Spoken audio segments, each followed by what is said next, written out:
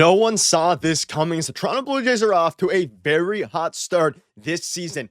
But there is one thing that nobody is talking about that has not only been a key to their success, but is going to be huge going forward. Write down exactly what that is and discuss some interesting things as it pertains to it. We also have multiple Jays updates to go over today ahead of the afternoon game, a series opener against the Baltimore Orioles. But before we get into it, folks, if you're a part of the percentage who aren't subscribed to the channel, 70 or so percent aren't subscribed who are watching right now. And if you're watching, scroll down, check if you're subscribed. If you aren't, hit that subscribe button. We are the place to be for daily Jays content, videos after the game, weekly streams, all these things. This is the place to be. So thank you guys for your continued support. And we'll have a video following tonight's game, ladies and gentlemen.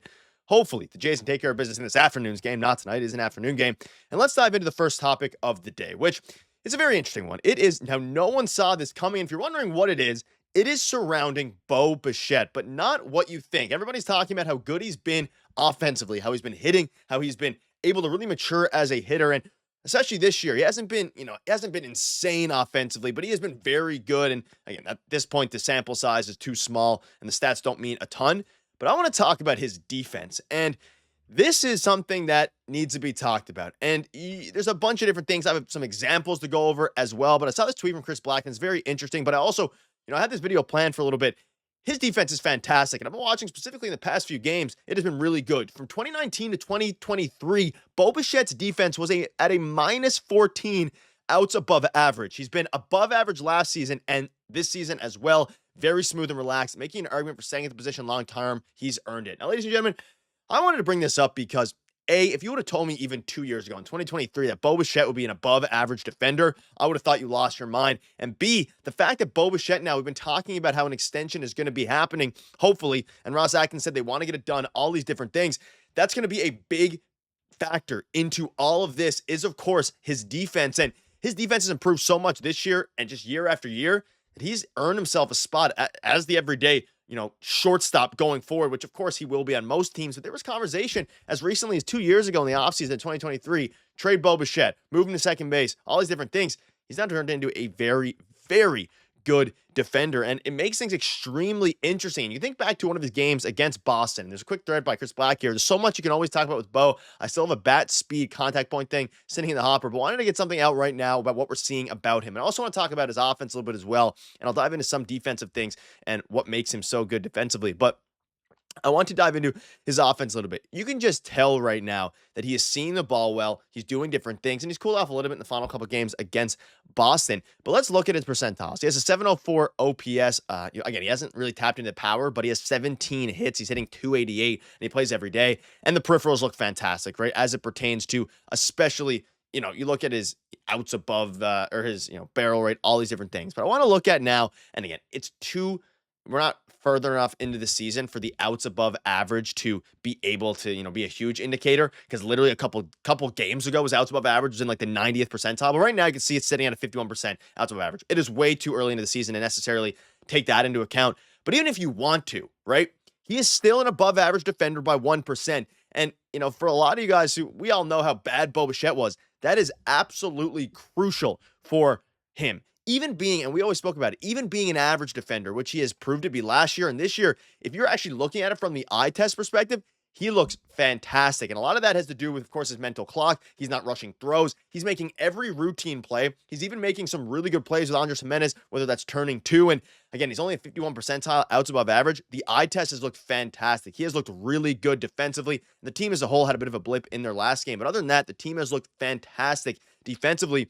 And just watching Bo Bichette improve year after year about his defense has been, or year after year at defense has been, of course, something that's absolutely, great. And obviously we saw the postponed game, yesterday, which was unfortunate.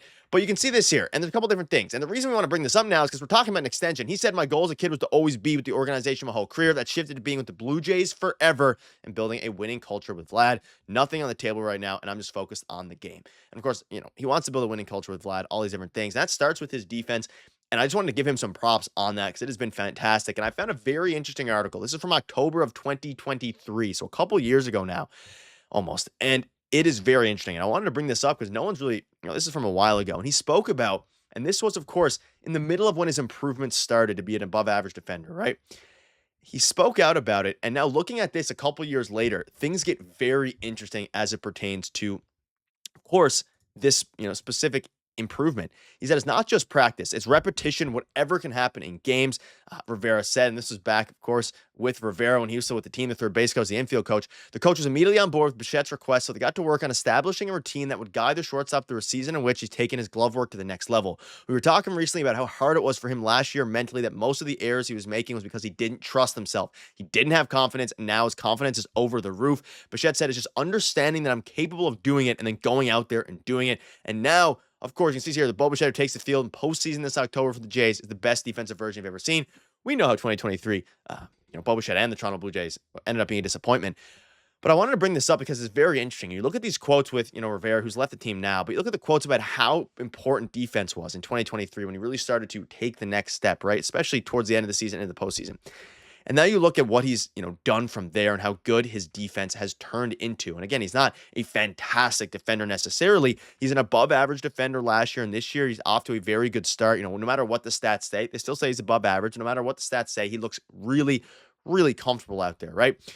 And to see that transition from way back in 2023, it was a very interesting article I found. I really wanted to share it with you guys because seeing these quotes that no one really talked about at the time, because this article dropped before the postseason back in 2023, which was crazy, but it's very interesting to see now, and it's very important going forward, especially as he takes the next step into hopefully being a Blue Jay for life there. And again, I had to believe how the Blue Jays, Bo Bichette transformed himself a shortstop October 2nd, 2023. So it's going to be interesting. Of course, him and Andres Jimenez have really turned into something nice, but defensively.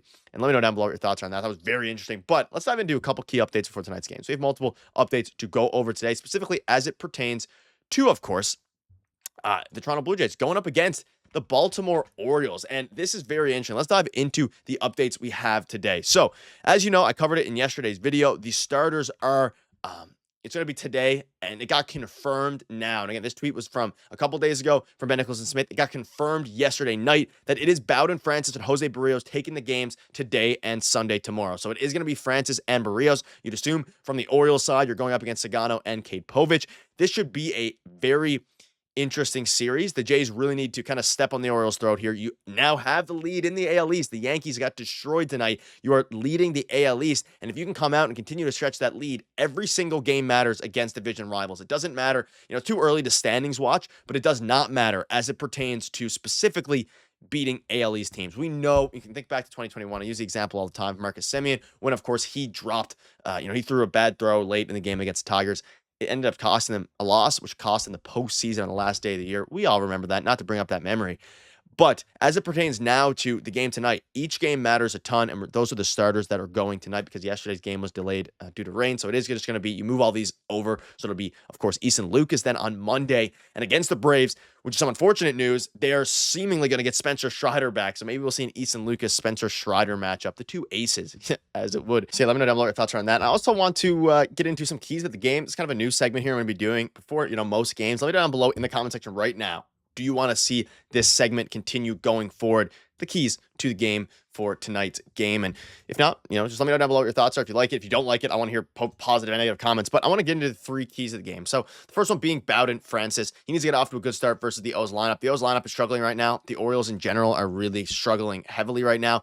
So Bowden Francis needs to get off to a good start. The top three in the order, Vladdy, Santander, Bo Bichette, they need to get it going. They need to start hitting for power. And most importantly, they need to go out there and actually hopefully have a good series in order to help the starting pitching staff and the bullpen. It needs to be good. They are fully rested. They've been really good this season. They haven't had to be used too much. Obviously, back-to-back extra inning games against the Boston Red Sox can start messing with you a little bit, but they got the day off yesterday because of the rain delay. And now, of course, you're in a very good spot with the bullpen. So let me know down below what your three keys to the game are and what your thoughts are on mine. If something you want to see continue going forward, let me know down below. I'm going to continue to pump out the daily Jays content, beef up the videos for you all, and keep them content packed. Ladies and gentlemen, let me know down below what your thoughts are on this. And also, let me know, has Bo Bichette's defense surprised you? Thank you guys for watching. Cheers.